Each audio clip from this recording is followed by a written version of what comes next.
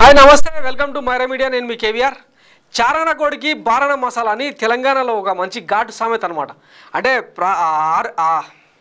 అంటే పని తక్కువ ప్రచారం ఎక్కువ ఇప్పుడు ఈ సామెత ఎందుకు చెప్పాల్సి వచ్చిందంటే ది గ్రేట్ నారా భువనేశ్వరమ్మ నిజం గెలవాలి పేరుతో చేస్తున్న యాత్ర అంటే చేసే సాయమేమో 3 లక్షలు దానికి పెడుతున్న ఖర్చు రోజువారీ ఖర్చు 3 కోట్లని సోషల్ మీడియాలో పెద్ద ఎత్తున ట్రోలింగ్ అవుతుంది. ఒకసారి ఆ ఆర్టికల్ ఏందో మీకు చూపిస్తా.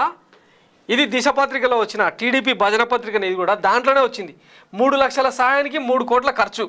టీడీపీ అధినేత నారా చంద్రబాబు సతీమణి భువనేశ్వరి చేపట్టిన నిజం గెలవాలి యాత్రపై తీవ్ర విమర్శలు వ్యక్తమవుతున్నాయి.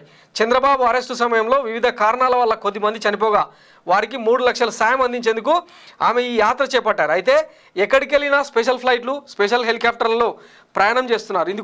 ఇందుకు రోజుకు 3 కోట్ల వరకు ఖర్చు చేస్తున్నారు. భువనేశ్వరి తీరుపై సోషల్ మీడియాలో నెటిజన్లు మండిపడుతున్నారు. చారణ కోడికి బారణ మసాలా అంటూ ఒకరు కారులో వెళ్తే మిగిలే 3 కోట్లు బాధిత కుటుంబాలకు ఇవ్వచ్చు కదా అని మరొకరు కామెంట్లు పెడుతున్నారంట. ఇది వీళ్ళ అంటే నిజస్వరూపం. సరిగ్గా తెలుగు ఉచ్చరించడం రాదు కానీ నిజం గెలవాలి తెలుగువాడి ఆత్మగౌరవం నిలవాలి అని చెప్పి కథలు నరుకుతూ ఉంటారు అనమాట. దీన్ని చూసే ఎవరు మన వ్యూహంలో రామ్ గోపాల్ వర్మ ఒక మంచి సెటైర్ వేసిండు. ఒకసారి చూడండి. ఆ జగన్ని కిందకు లాగడానికి మన కథలు కావాలి. ఆ పవన్ నన్ను ఎన్ని మాటలు నాకు ఇంకా గుర్తుంది. వార్నింగ్స్ కూడా ఇచ్చారు. మనకన్న కొడుకును అలా తిట్టిన అతనితో మీరు చేతులు కలుపుతారా? ఎంతో బలమైన పోలీసు మనకన్న కొడుకును తిట్టిన అతనితో మీరు చేతులు కలుపుతారా అంటూ నోరు తిరగకుండా మాట్లాడుతుంది భువనేశ్వరమ్మ. ఒకసారి చూడండి.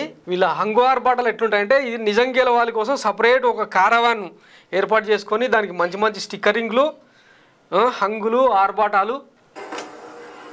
నాకు నా కుటుంబంతో జరిగిన సంతోష ఘటనలు గుర్తుకొచ్చి నా గుండె పిండేసింది. సంతోష ఘటనలు గుర్తుకొచ్చి గుండె పిండేసింది. ఘటనలు కాదు ఘటనలు.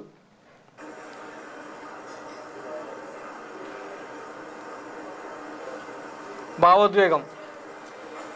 ఒక చాటి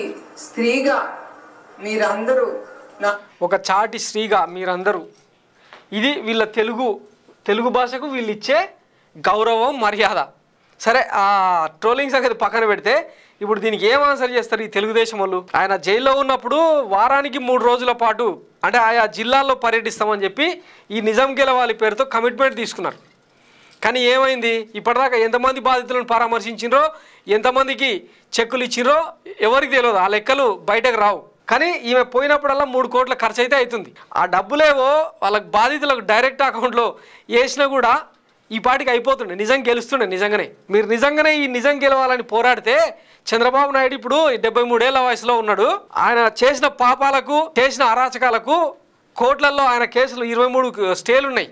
అవన్నీ కనుక ప్రూవ్ అయితే మరో 10 జన్మలకు సరిపడా కేసులు ఫైల్ అయితే ఆయన మీద శిక్ష పడుతుంది. ఇక అక్కడ దాకా ఎందుకు? ఆయన జైలుకి వెళ్తే గుండె పగిలిన వాళ్ళ సంగతి పక్కన పెడితే గోదావరి పుష్కరాలలో మీరు చేసిన దాష్టికం మీ పుష్కర స్నానాల కోసం 29 మంది బలైనరు. దాని మీద మీ ఆయన ఏమన్నాడు తెలుసా? అదే పూరి జగన్నాథ్ టెంపుల్లో ఎంతమంది తొక్కిసలాటలు చనిపోతారు ఎవడన్నా పట్టించుకున్నాడా అని మాట్లాడలే ఆ రోజు.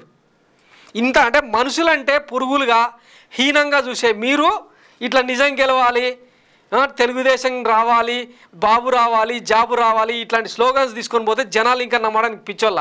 కొంచెం తెలుగుదేశానికి అంటే మద్దతు ఇచ్చేటోళ్ళు సానుభూతి పరులం అని జబ్బలు చేసుకునేటోళ్ళు కొంచెం వీళ్ళ ప్రచార పటారూపాన్ని దృష్టిలో పెట్టుకోవాలి. ఫక్తు రాజకీయం ఫ్యూడల్ మెంటాలిటీ పెత్తందారి మనస్తత్వం తప్పిస్తే వీళ్ళకు నిజంగా మనుషులంటే ప్రేమ ఉండదు. ఎంతసేపు వాళ్ళు వాళ్ళ కుటుంబం వాళ్ళ జాతి వాళ్ళ కులం బాగుంటే చాలు మిగతా వాళ్ళు ఎట్ట చచ్చినా పర్వానయ్య అన్నట్టు బిహేవ్ చేస్తుంటారు వీళ్ళు.